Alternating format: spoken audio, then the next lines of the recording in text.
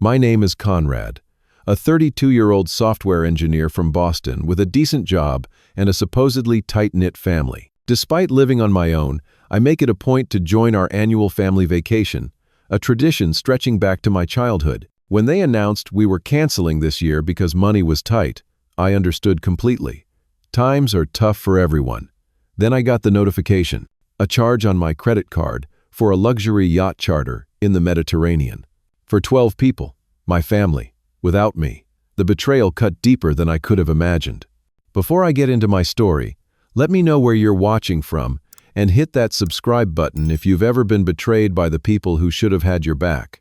I work at a mid-sized tech company in Boston, living in a modest apartment despite my comfortable salary. I have always been the responsible one, saving aggressively for retirement and emergencies while still helping family when needed. My approach to finances comes from watching my parents struggle when I was younger.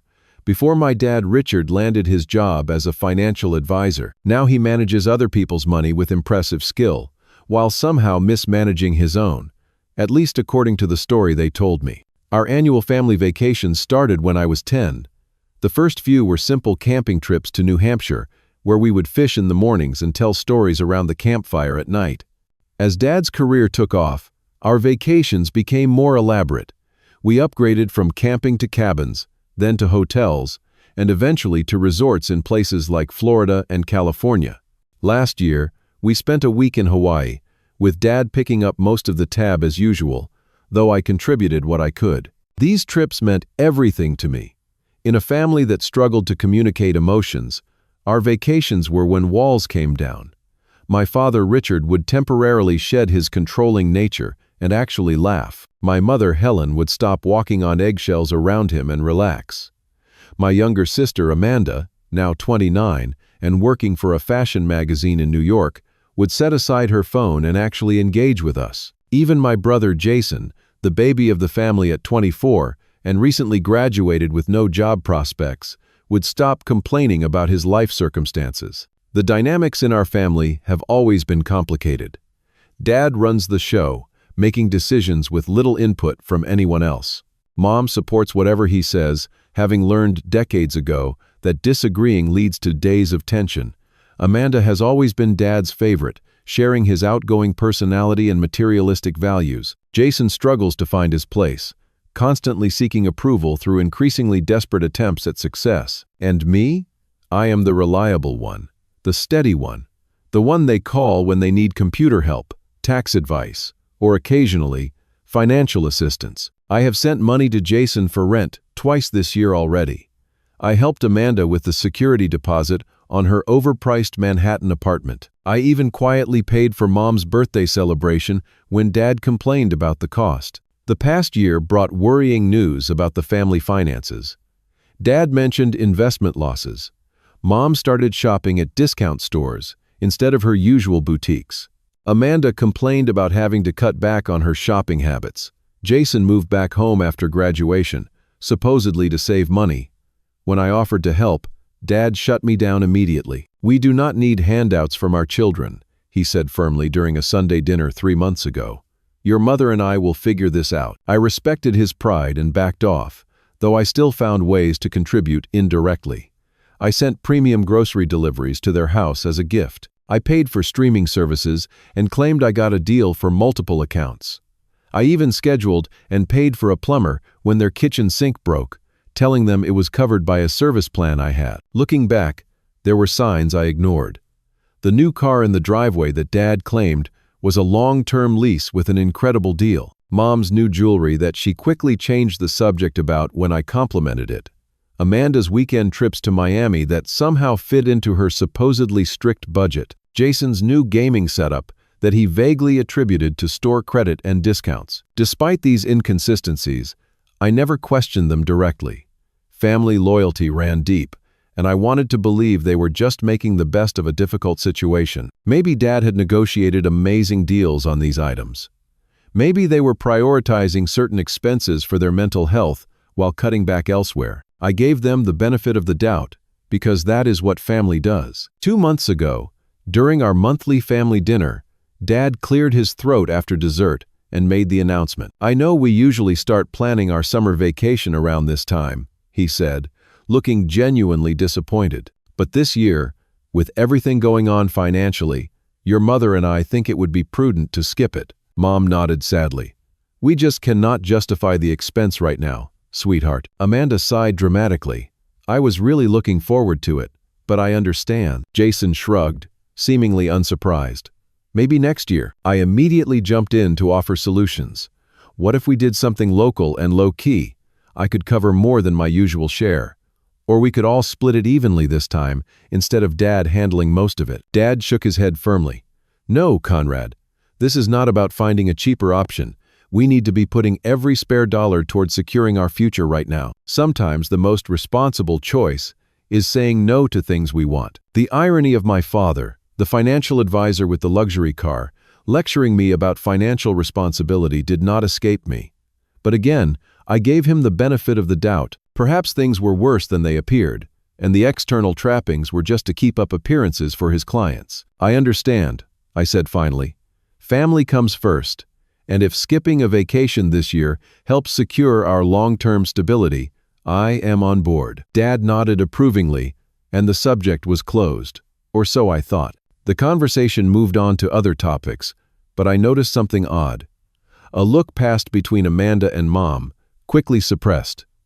Jason became very interested in his phone. Dad changed the subject with unusual abruptness. At the time, I attributed these reactions to disappointment about the canceled vacation. I even felt a bit guilty that I could have afforded to pay for much more of it, but was not given the chance. That night, I made a mental note to find other ways to spend quality time with my family that year, perhaps through more frequent dinners or day trips. Little did I know that the vacation was very much happening. It just was not happening with me. The discovery came on an ordinary Tuesday. I was deep into debugging code at work when my phone buzzed with a credit card notification. At first, I ignored it, focused on solving the problem in front of me. When I finally checked during my lunch break, I nearly choked on my sandwich. The notification showed a charge for $12,450 from Luxury Mediterranean Escapes. My first thought was fraud. Someone had somehow cloned my card. I immediately called the credit card company, prepared to dispute the charge and request a new card. "I am seeing a charge that I definitely did not make," I explained to the representative. "I need to report it as fraudulent." "I understand, Mr. Lancaster," the representative said. "Let me pull up the details of this transaction. It appears this charge was made through a saved payment method on an account you are linked to. The account is under the name Richard Lancaster.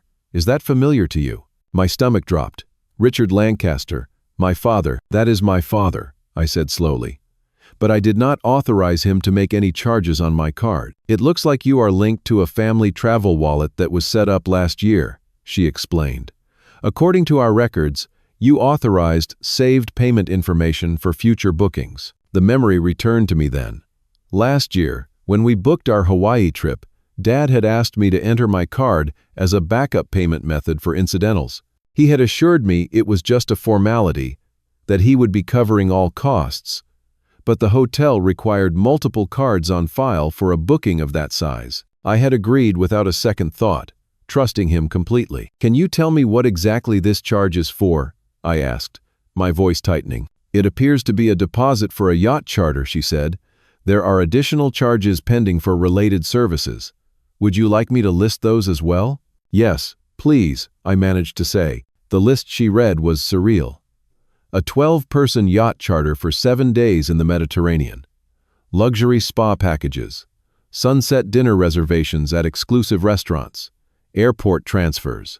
Premium beverage packages. The pending charges totaled close to $30,000, with my card set to be billed for all of it. After ending the call, I sat in stunned silence in the break room. My mind raced to make sense of what I had learned. There had to be an explanation. Maybe they had won a contest. Maybe it was a work thing for Dad. Maybe they were planning to surprise me. But deep down, I knew. They had lied to me. I returned to my desk in a daze, unable to focus on work. Instead, I began investigating. I searched my email for any messages about vacation plans. Nothing. I checked the shared family calendar we supposedly used to coordinate events. Nothing there either. Then I turned to social media. Amanda's Instagram was my first stop. She was an avid poster, documenting everything from her morning coffee to her weekend outfits. At first glance, nothing seemed suspicious. Then I noticed she had created a new highlight collection, labeled simply planning. Clicking on it revealed snippets of shopping trips for summer clothes, screenshots of Mediterranean destinations, and cryptic captions about counting down to something special. In one video, she was trying on sundresses with our cousin Bethany. In the background, I could clearly hear Bethany saying, "This will look amazing on the yacht." 2 more months. The video was posted 3 weeks after the dinner where Dad announced we were skipping the vacation. I kept digging. In the comments of one of Amanda's posts, our Aunt Susan had written, "Cannot wait for our Mediterranean adventure. So generous of your parents to organize this for the whole family." Amanda had replied, "Please delete this comment. Remember, it is a secret from you-know-who." The comment had indeed been deleted, but I found it in my notification history since I follow Amanda's account. The final confirmation came from Jason. I texted him casually, asking if he wanted to get together the following week. His response was telling, "Cannot do next week, bro. Getting ready for the trip and have a ton of stuff to take care of before we leave." When I asked what trip he was talking about, there was a long pause before his reply. "Oh, just a thing with some college friends. Nothing major. Actually might not even happen." The hasty backpedaling confirmed my suspicions. I did a quick search for my father's name and Mediterranean in my email. Nothing came up in recent messages, but in my archive, I found an older promotional email addressing him that had somehow been sent to me as well. It contained a link to his account with the travel agency. Clicking through, I discovered the full itinerary. A 7-day yacht charter through the Greek islands, departing in exactly 17 days. The passenger list included my parents, Amanda, Jason, both my father's brothers and their wives, my mother's sister and her husband, and my 2 cousins. 12 people total. The trip included everything from private tours of historical sites to reservations at Michelin-starred restaurants. They had been planning it for at least 6 months, based on the initial deposit dates. 6 months of family dinners, phone calls, and text exchanges where no one had mentioned a word to me. The betrayal hit me in waves. First came the shock, then disbelief, followed by a deep, visceral pain that made me physically nauseous. I rushed to the bathroom and threw up my lunch, then sat on the cold tile floor, trembling. The vacation itself was not the issue. I did not care about missing out on a luxury trip. What cut me to the core was the elaborate deception. They had not just excluded me, they had constructed an entire false narrative about financial hardship. They had watched me offer to help, to sacrifice for the family, all while planning an extravagant vacation behind my back. I remembered how I had actually increased my anonymous financial support for them after the announcement, believing they were struggling. The groceries I had delivered, the streaming services I had paid for, the restaurant gift cards I had sent to treat them to occasional nice meals during this supposedly difficult time. All the while, they were coordinating a luxury vacation that cost more than most people's annual salary. What had I done to deserve this exclusion? Was I not fun enough? Did I embarrass them somehow? Was I not actually part of the family in their eyes? The questions tormented me as I sat on the bathroom floor, trying to compose myself enough to get through the rest of the workday. The final blow came when I found an email thread that had accidentally included me, where family members discussed the cover story they would tell me. "Conrad is so busy with work anyway," my father had written. "He will probably be relieved not to take time off." My own family had not only excluded me, but had convinced themselves it was somehow for my benefit. The calculated nature of the deception made it impossible to dismiss as a misunderstanding or oversight. This was deliberate. This was cruel. And it forced me to reevaluate everything I thought I knew about my family relationships. I called in sick the next day. There was no way I could focus on code when my personal life had just imploded. I lay in bed until noon, cycling through emotions like a twisted carnival ride. Anger gave way to hurt, which transformed into disbelief, only to circle back to rage again. The family dinner where they announced the vacation cancellation played on repeat in my mind. I analyzed every word, every expression, looking for clues I had missed. How had I not seen through their performance? Mom's exaggerated sigh. Amanda's quick glance at her phone. Jason's unusual silence. Dad's rehearsed speech about financial responsibility. Had there been other exclusions I had missed or dismissed? I thought back over recent years, searching for patterns. There was the weekend at our uncle's lake house last summer that I had missed because I was told it was just immediate family, only to later see photos with extended family and friends. There was the holiday gathering at Amanda's apartment that I learned about after the fact. Apparently my invitation had gotten lost in the mail. There were the group dinners that happened on nights. I was told everyone was busy. What I had written off as miscommunications or honest oversights now formed a disturbing pattern. The Mediterranean yacht charter was not an anomaly. It was simply the most egregious example of a long-standing family dynamic. Around 2 in the afternoon, I finally dragged myself out of bed and into the shower. The hot water did little to wash away the betrayal, but it at least made me feel marginally human again. I made coffee and sat at my kitchen table with my laptop, determined to understand the full scope of what was happening. I started with a detailed analysis of the travel booking. The luxury yacht charter was through a company called Elite Aegean Experiences, departing from Athens and island, hopping through Mykonos, Santorini, and several smaller islands. The package included a crew of 8, including a private chef, housekeeping staff, and a captain. The yacht itself featured 6 luxury cabins, multiple decks for sunbathing, a jacuzzi, water sports equipment, and a tender boat for shore excursions. The base price for the charter was $85,000 for the week. Add-ons included premium beverage packages, special excursions, spa treatments, and dinner reservations at exclusive restaurants on various islands. The total package price came to just over $126,000.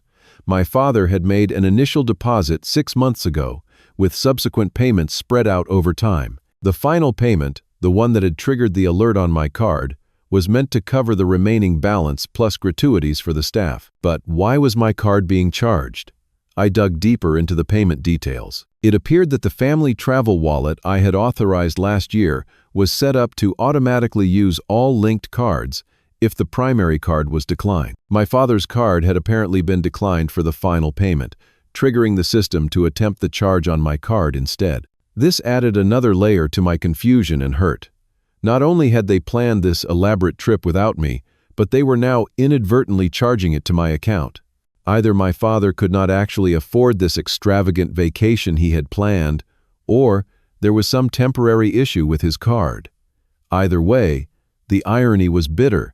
The family that had claimed financial hardship to exclude me from vacation plans was now unwittingly using my money to fund their luxury cruise. I needed more information. I called the travel agency directly, posing as someone considering booking a similar package for my own family. The conversation was enlightening. "Oh, the Lancaster party," the agent exclaimed, when I mentioned I had heard about their Greek islands yacht charter. "Yes, that is one of our premium packages.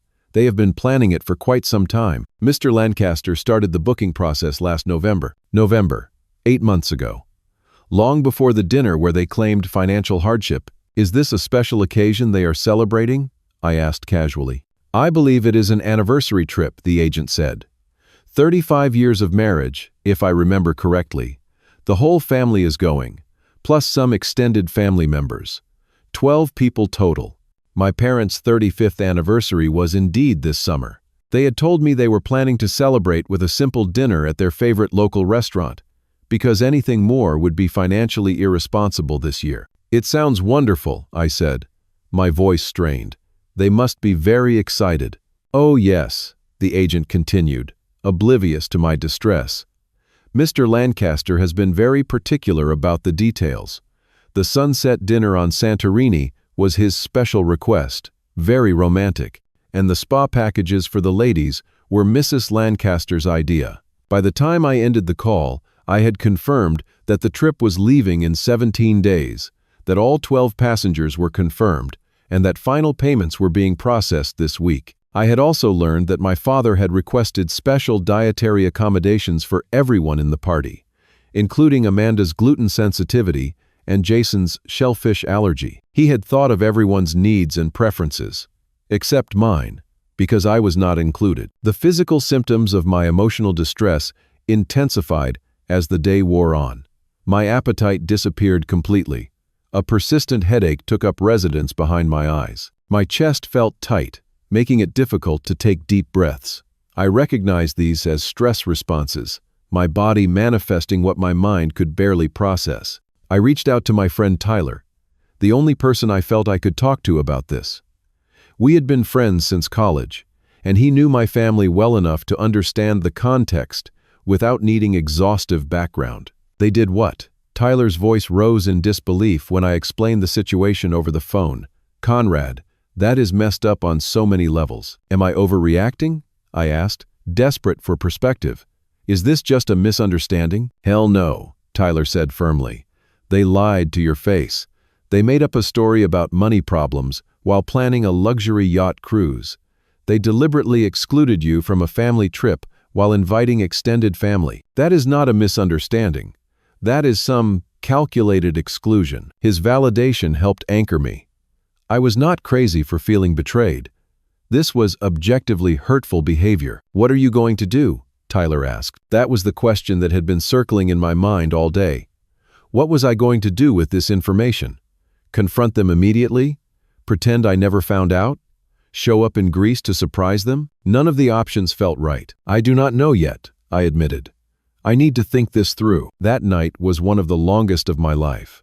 I lay awake until 3 a.m., staring at the ceiling as my mind raced through scenarios, memories, and possibilities. The hurt had crystallized into something harder, a resolve that was taking shape with each passing hour. By the time dawn broke, I knew exactly what I was going to do. The next morning, I woke up with a clarity that had been absent the day before. The emotional fog had lifted, replaced by a cool, analytical determination. This was no longer about reacting emotionally. This was about taking back control in a situation where I had been manipulated and deceived. I started researching credit card disputes. As a primary cardholder, I had every right to dispute charges I had not authorized. The fact that the charge was made through a saved payment method I had agreed to last year complicated things slightly, but the purpose of that authorization had been specifically for last year's Hawaii trip, not for any future vacations I was not even part of. I called my friend Sophia, who worked in banking and had expertise in financial regulations. You are absolutely within your rights to dispute this, she confirmed after I explained the situation. You never authorized your card to be used for this specific purchase. The fact that it was set up as a backup payment in a family wallet does not give them carte blanche to charge tens of thousands of dollars without your knowledge or consent. But it is my family, I said, the lingering guilt making one last attempt to surface. Is it wrong to potentially ruin their vacation? Conrad, Sophia said firmly. They excluded you from a family vacation while inviting extended family. They lied to your face about financial problems. They let your card get charged for a luxury trip you are not even going on. You are not the one doing something wrong here. Her words solidified my resolve. This was not about vengeance or pettiness. This was about boundaries and consequences for deception. It was about standing up for myself in a family dynamic that had taken me for granted for far too long. I spent the next several hours mapping out my plan in detail. First, I would need to contact my credit card company to dispute the charges that had already been processed and block any pending charges from going through. Then, I would need to access the family travel wallet and remove my card as a payment method. Finally, I would need to prepare for the inevitable fallout when my family discovered what I had done. The timing was crucial. The yacht charter was set to begin in 17 days. Based on the itinerary I had found, my family was scheduled to fly to Athens in 16 days, with the yacht departing the following morning. If I timed my actions correctly, they would not discover the payment issue until they were already in Greece, ready to board a yacht that was no longer paid for. Part of me felt guilty about the calculated nature of this response. Was I becoming as manipulative as they had been?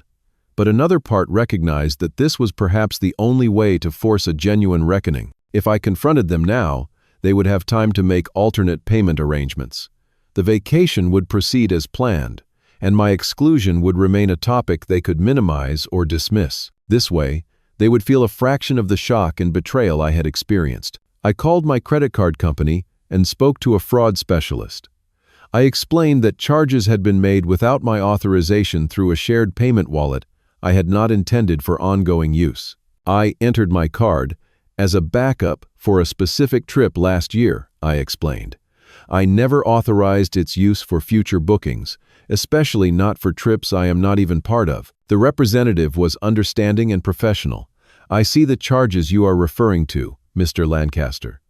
We can certainly dispute these as unauthorized. Would you like us to block all future charges from this merchant as well? Yes, I said firmly. And I would like to remove my card from the travel wallet completely. The process was surprisingly straightforward. The charges were flagged for dispute, and my card was removed from the family travel wallet. The representative explained that the merchant would be notified of the dispute, which meant the travel agency would soon become aware that the final payment had not gone through. Is there anything else you would like us to do regarding this account? The representative asked. I considered for a moment. Can you set up alerts to notify me if anyone attempts to add this card back to the travel wallet or make any charges related to this merchant? Absolutely, she confirmed. We will set up enhanced monitoring for your card. After ending the call, I felt a wave of relief wash over me.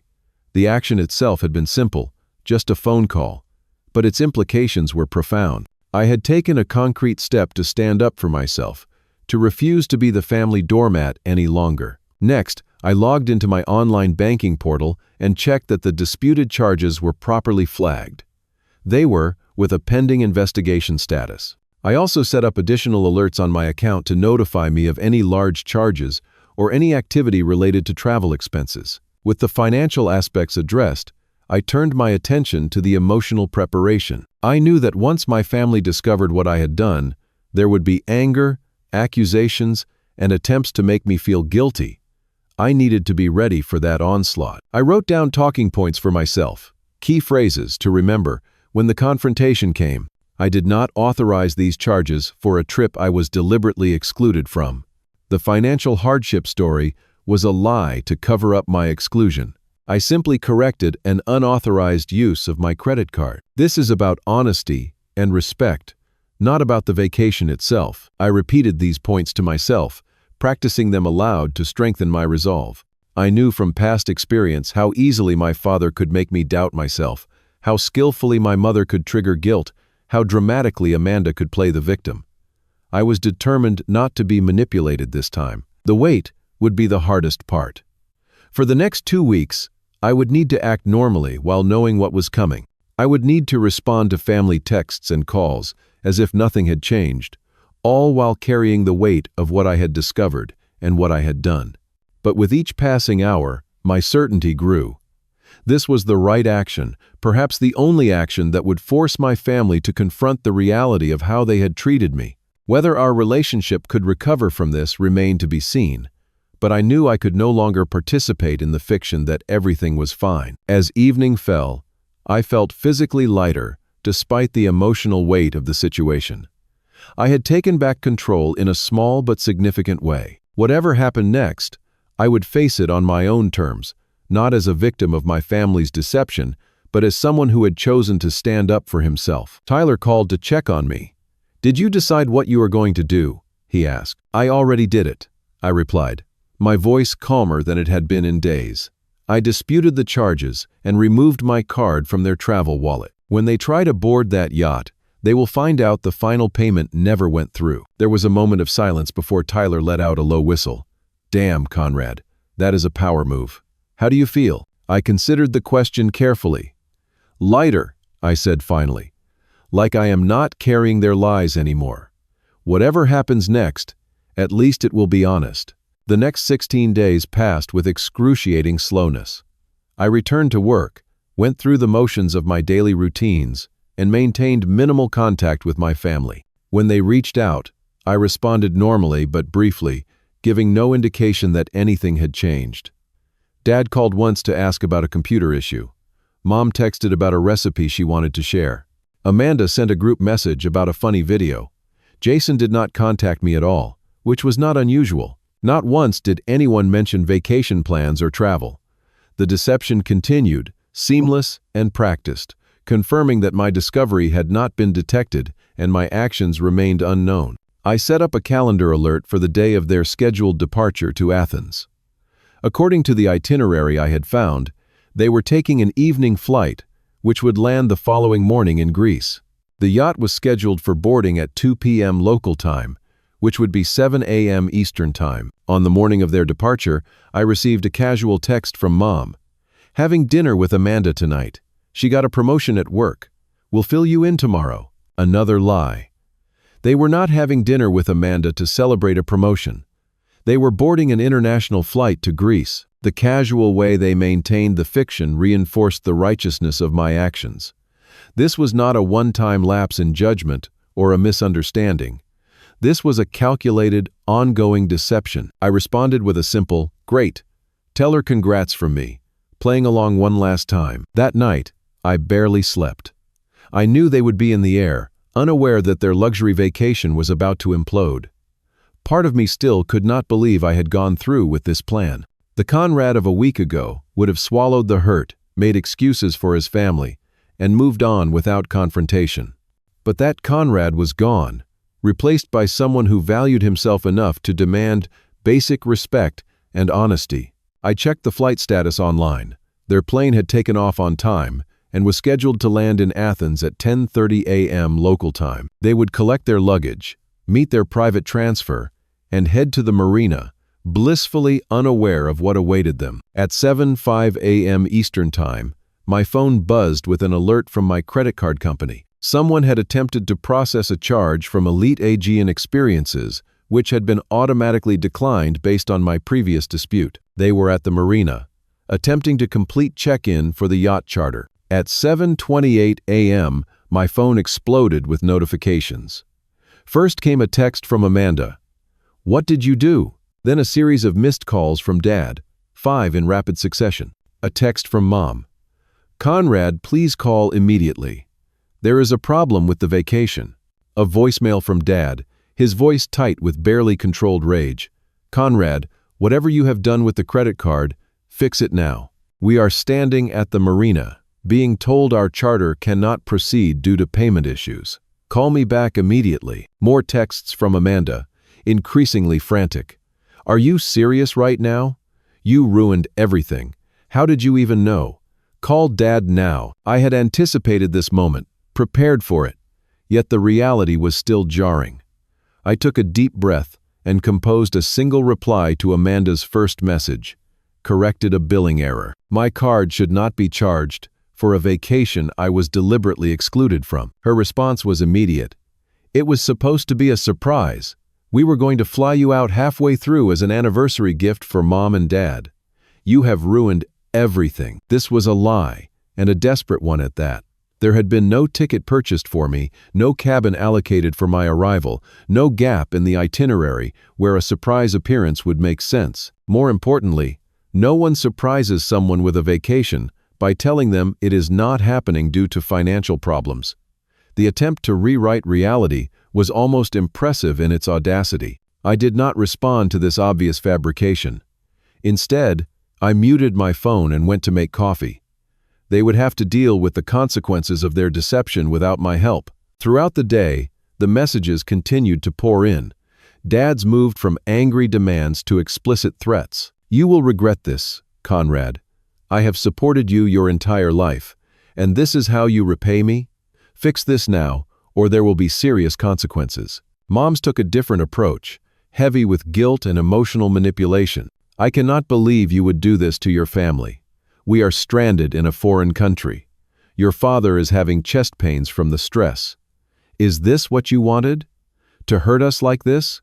Amanda oscillated between rage and theatrical despair. "You are dead to me. Dead. I will never forgive this." Followed by, "Please, Conrad. Everyone is crying. The trip is ruined.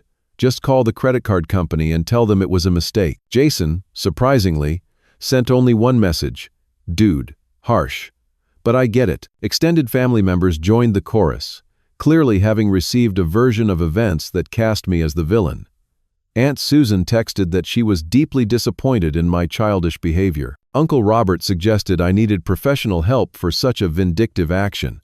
Cousin Bethany simply sent a string of angry emojis. I maintained my silence throughout the day, focusing on work and ignoring the vibrations of my phone. By evening, I had over 40 missed calls and nearly 100 text messages. I read through them all, but responded to none. There was nothing to say that would make a difference now. The truth was laid bare, and no amount of misdirection, guilt, or anger could cover it up again. Around 8 that evening, my apartment buzzer rang.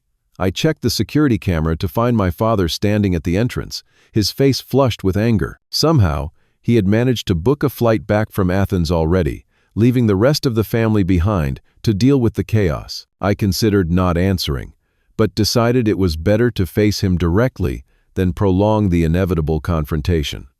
I buzzed him in and waited by my open apartment door. He stormed down the hallway, still wearing rumpled travel clothes. "What the hell is wrong with you?" he demanded, not bothering with any greeting. "Do you have any idea what you have done?" I stood firmly in my doorway, blocking his entrance. "I know exactly what I did.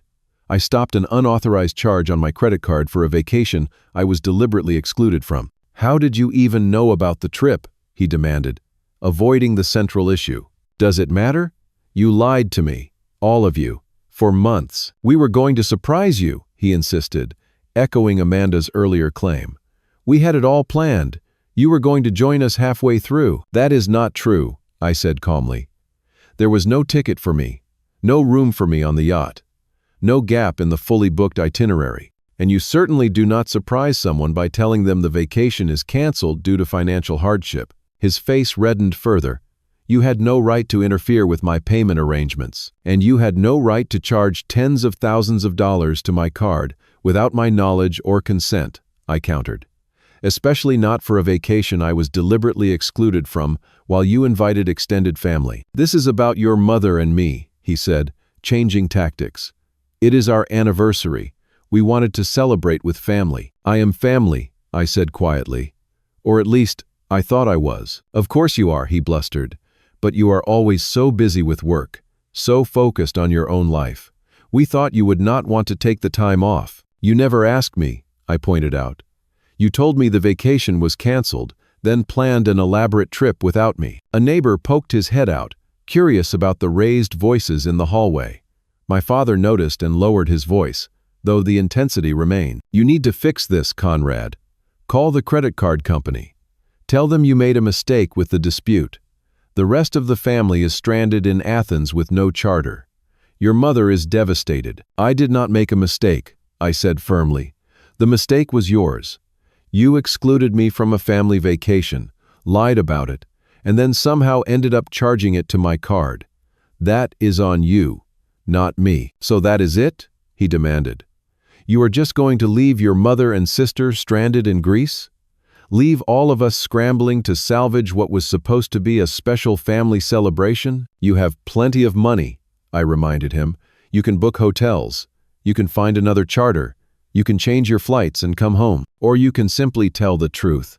Pay for the vacation you planned and proceed as intended. Whatever you decide, it will not involve my credit card or my participation in a fiction where I do not matter enough to be included." He stared at me, seemingly at a loss for words.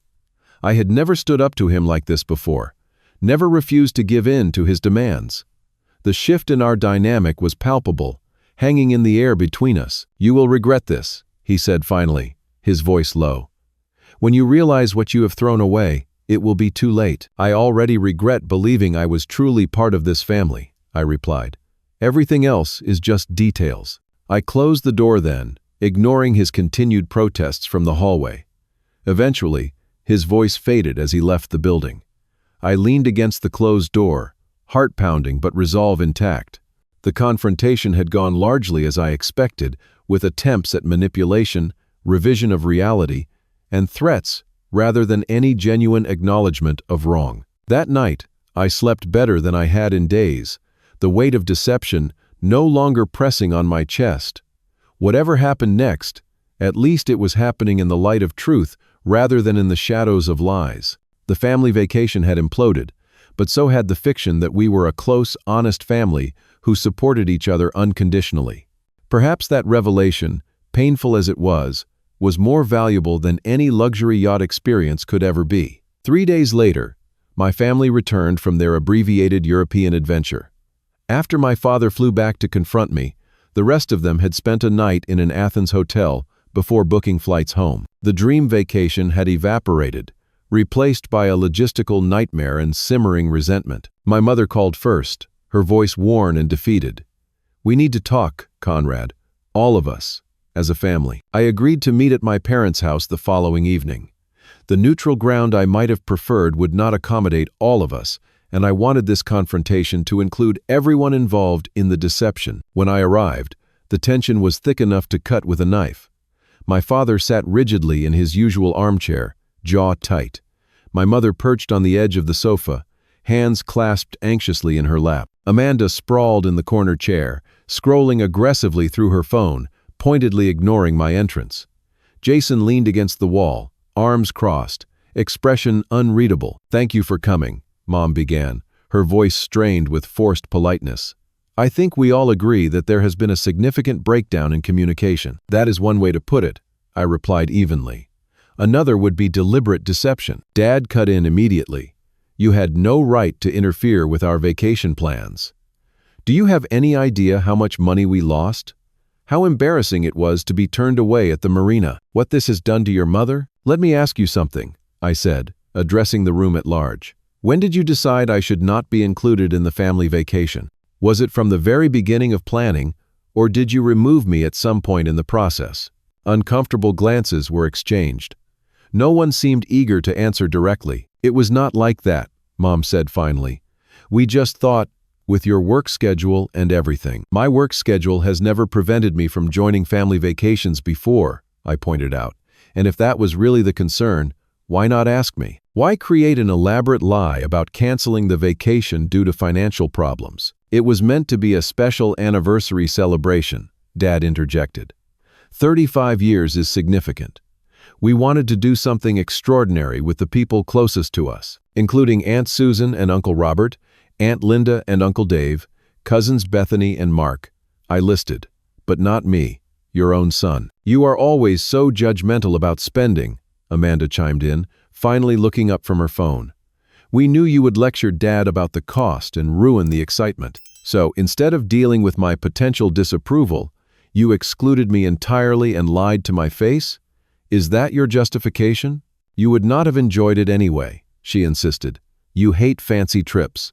You always complain about tourist traps and overpriced experiences." "This was never about what I would or would not enjoy," I said firmly. "This was about being considered part of the family, about basic honesty and respect." "We do respect you," Mom said quickly. "Of course we do. This was just a misunderstanding that spiraled out of control." "A 6-month misunderstanding?" I asked incredulously. "With a cover story about financial hardship while planning a $100,000 vacation, that is not a misunderstanding. That is a deliberate choice repeated every day for half a year." The silence that followed was damning. No one could refute the timeline or the calculated nature of the deception. Jason finally spoke up from his position against the wall. "I thought you knew, honestly. At least at first. Then, when I realized you did not, I figured someone would tell you eventually." "But no one did," I said. "I wanted to include you," Mom admitted quietly. "I suggested it several times." Dad shot her a sharp look.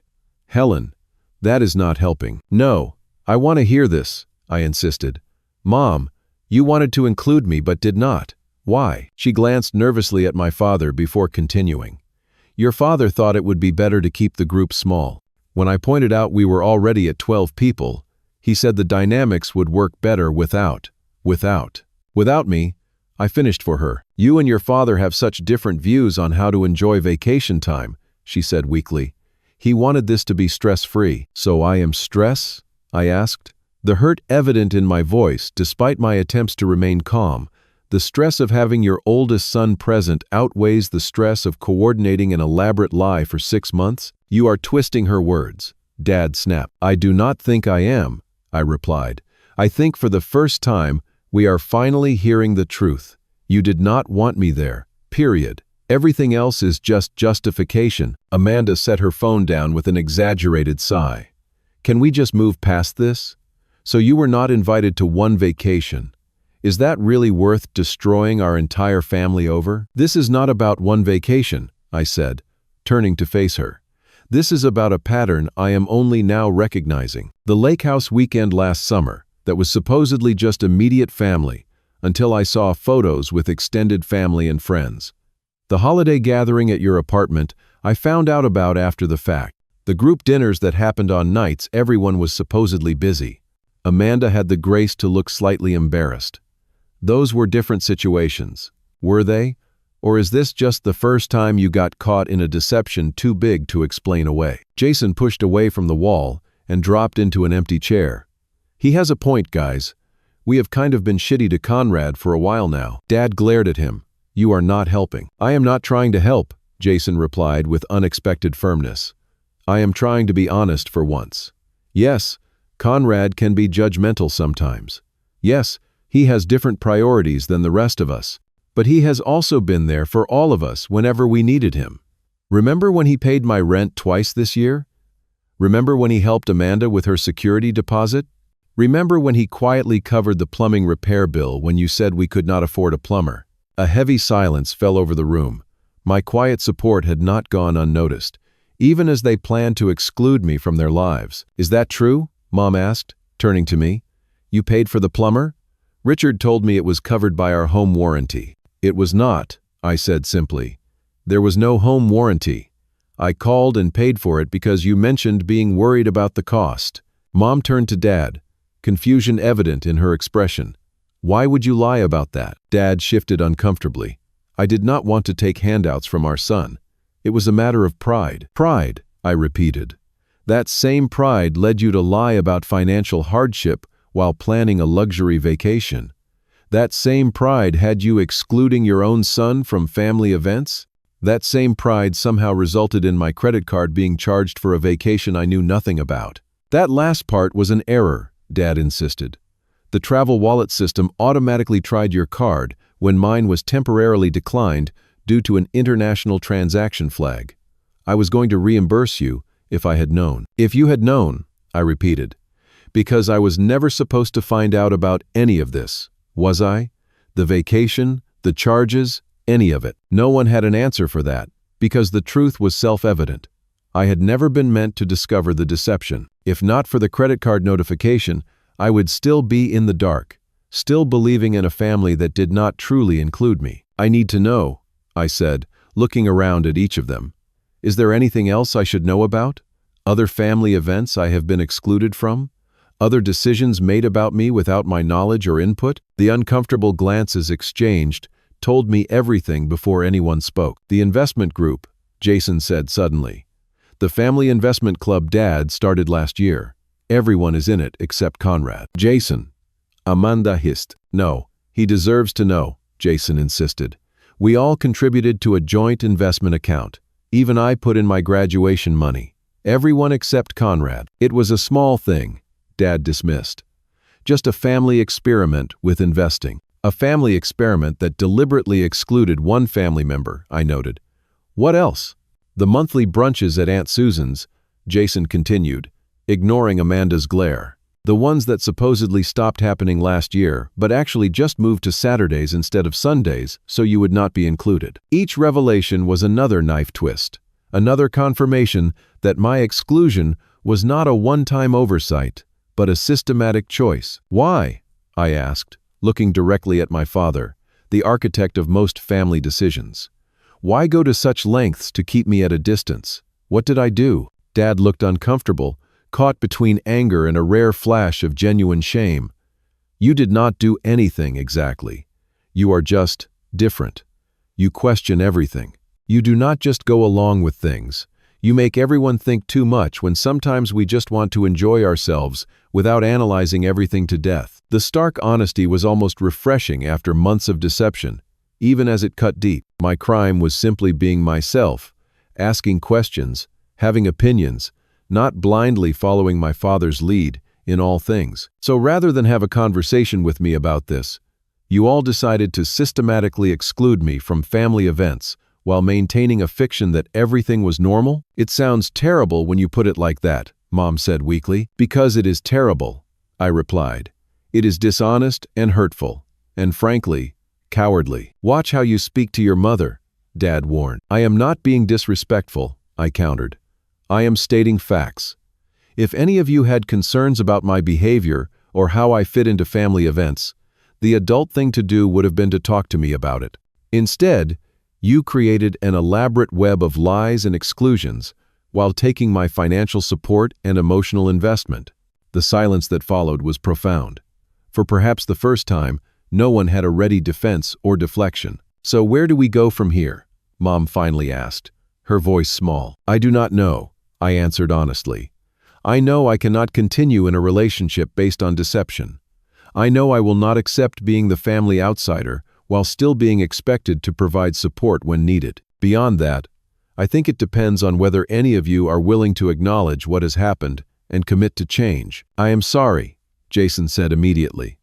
I should have said something sooner. I knew it was wrong. Amanda rolled her eyes but then sighed heavily. Fine. It was a crappy thing to do. We should have just been honest from the beginning. Mom nodded, tears forming. I am truly sorry, Conrad. I should have stood up for including you. I knew it was wrong. Dad remained silent, jaw tight, unwilling to concede. Richard, Mom prompted. Do you have nothing to say to your son? He ruined a once-in-a-lifetime family vacation out of spite, Dad said stiffly. I think he owes us an apology. I stood up, suddenly tired of the circular conversation. I think we are done here. Mom, Jason, Amanda, I appreciate your apologies. I need time to process everything. Dad, I hope someday you can see beyond your pride to recognize the damage your decisions have caused, not just to me, but to our entire family dynamic. I left then, despite my mother's tearful protests. As I drove home, I felt a strange mix of devastation and liberation. The family I thought I had did not exist, at least not in the form I had believed. But the truth, painful as it was, offered a chance to build something new, whether with some, all, or none of my blood relations. The confrontation had not provided the neat resolution part of me had hoped for. There had been some accountability, some genuine remorse, but also continued justification and blame shifting. The foundation was cracked, perhaps irreparably with some members. Only time would tell which relationships could be rebuilt and which had been permanently compromised by the weight of deliberate deception. The weeks following the confrontation brought a strange new reality. For the first time in my adult life, I went without regular contact with my family. The silence was both painful and oddly peaceful, allowing me space to process the revelations and decide what kind of relationship, if any, I wanted with each family member going forward. Initially, the absence felt like an amputation, a vital part of me suddenly gone. I had built so much of my identity around being the reliable son, the supportive brother, the problem solver. Without those roles to fulfill, who was I? The question haunted my quiet apartment in those first few days. Surprisingly, support came from unexpected quarters. Tyler, always a good friend, stepped up with regular check-ins and invitations that kept me from isolating completely. Family is who shows up, he reminded me during a weekend hiking trip. Blood is just genetics. More surprisingly, my cousin Mark reached out via email, having heard about the blow-up from his parents.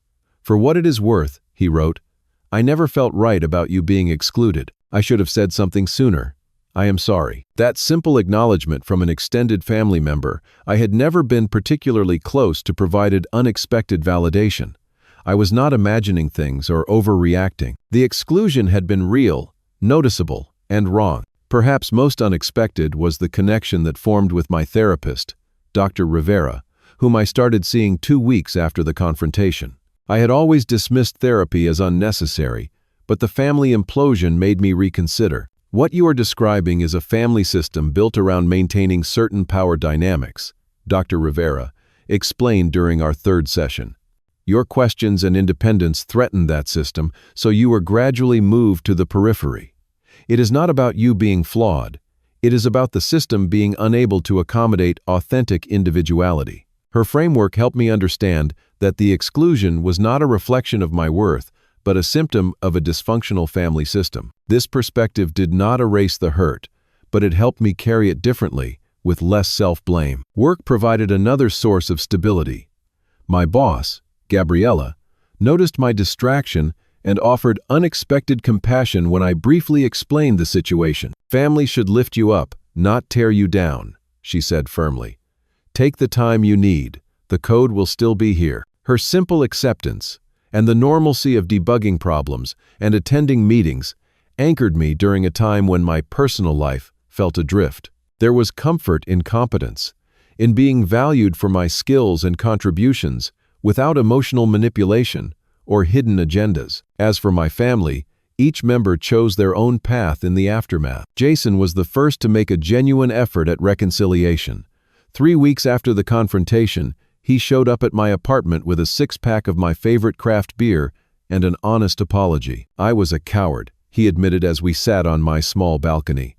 "I knew it was wrong to exclude you, but it was easier to go along with Dad than to stand up for what was right.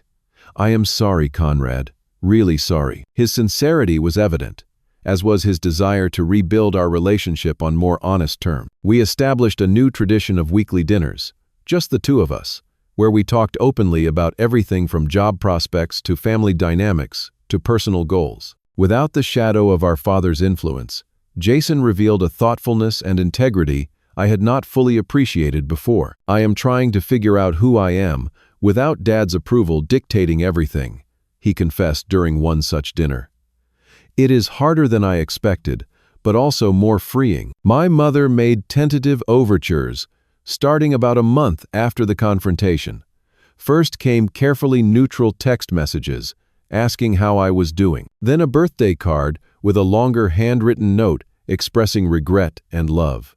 Finally, an invitation to meet for coffee at a cafe halfway between our homes. When we met, her eyes were red-rimmed from crying, her hands fidgety with nervous energy. "I failed you," she said simply. "As a mother, my job was to protect all my children and make sure each of you felt valued and included. I let your father's stronger personality override my instincts, and you paid the price for that weakness. I am so deeply sorry, Conrad." Her apology, unlike the defensive half measures offered during the family confrontation, felt genuine and self-aware. We talked for hours that day, having perhaps our first truly honest conversation in years. She acknowledged patterns of enabling my father's controlling behavior and admitted to fears about standing up to him. "I do not expect instant forgiveness," she said as we prepared to leave.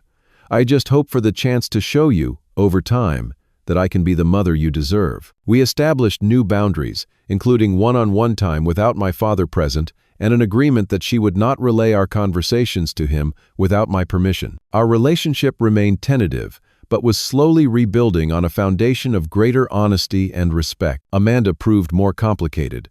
Her initial response was continued anger and blame, flooding my phone with accusatory texts about how I had ruined everything and torn the family apart. I muted her number after the first week and focused on my own healing rather than her dramatic narratives. 6 weeks after the confrontation, however, she sent a very different message.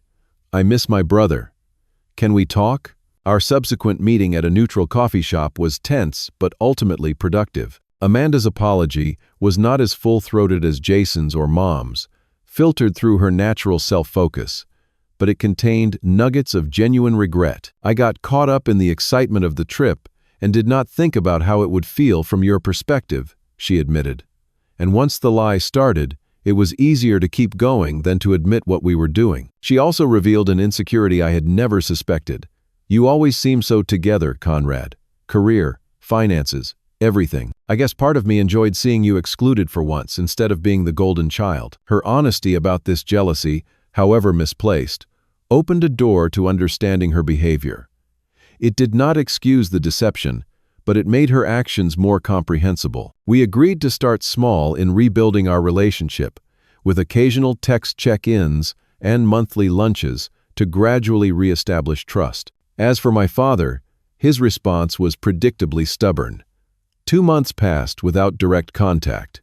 I heard through Mom that he remained angry, convinced that I had overreacted to a simple vacation planning decision. His inability to acknowledge the deeper patterns of exclusion and deception made meaningful reconciliation impossible for now. I sent him one email, about 6 weeks after our confrontation. It was not accusatory or emotional, simply a clear statement of what I would need to consider rebuilding our relationship. Acknowledgement of the pattern of exclusion, a genuine apology, and a commitment to honesty going forward. His response was a brief, "We should talk in person, when you are ready to be reasonable." The ball remained in his court, and I found peace in accepting that he might never pick it up. My worth was not determined by his validation, a truth that had taken 32 years and a family crisis to fully internalize. By the 3-month mark, my life had established a new normal. Weekly dinners with Jason, bi-weekly coffee with Mom, monthly lunches with Amanda, regular sessions with Dr. Rivera, weekend activities with Tyler and other friends who formed a chosen family of mutual support and respect, a more focused and satisfying engagement with work projects. The pain had not disappeared entirely, but it had transformed from an acute, stabbing wound to a dull ache that surfaced occasionally but no longer dominated my emotional landscape. In its place grew something unexpected, a stronger sense of self, a clearer understanding of my boundaries, and a commitment to authentic relationships. I learned that trust is not an obligation owed to family by default, but a privilege earned through consistent honesty and respect. I learned that setting boundaries is not selfish but necessary for genuine connection. Most importantly, I learned that my worth is intrinsic, not determined by others' willingness to make space for me at their table. The family vacation that never happened became the catalyst for a different kind of journey, one of self-discovery and rebuilding on more authentic terms. Some relationships were strengthened through the crucible of truth. Others remained distant, perhaps permanently. But the fog of pretense had lifted, allowing me to see clearly for the first time in years. For anyone watching who has ever felt like the family outsider, who has suspected deception but doubted their own perceptions, know this: you are not crazy for expecting basic honesty from those who claim to love you. You are not wrong to require respect as a condition of relationship. And you are not alone in the struggle to balance family loyalty with self-respect. If my story resonated with you, please leave a comment sharing what boundaries you have had to set in your own relationships. Like and subscribe if you want to hear more stories about navigating complex family dynamics and building a life of authentic connection. And remember, family is ultimately about how we treat each other, not just the blood we share. Thank you for listening to my journey, and I wish you courage in your own.